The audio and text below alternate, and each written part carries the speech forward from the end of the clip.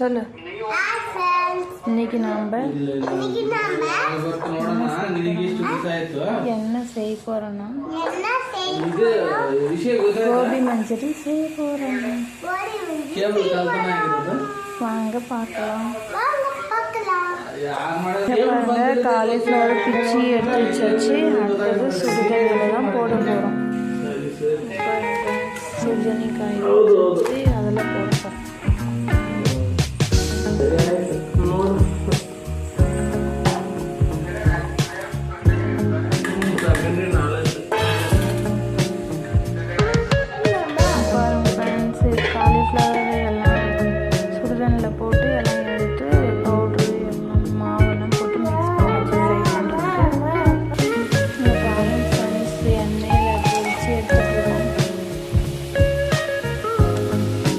First போச்சு இங்கே நவுந்தங்க பாருங்கண்ணா.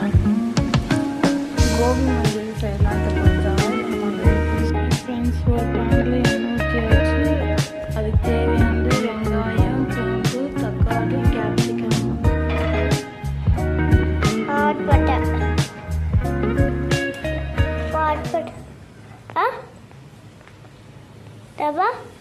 பூண்டு வெங்காயம்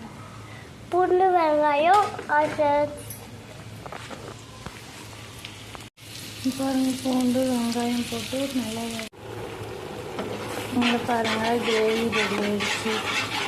கோபி மஞ்சூரியன் இது நல்லா கிண்டி விட்டுட்டு நம்ம காலிஃப்ளவர் போட்டால்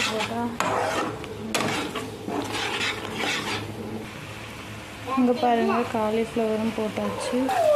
இங்கே பாருங்கள் நல்லா கிண்டி இதில் மசாலா சேர்ற வரையும் கிண்டணும்.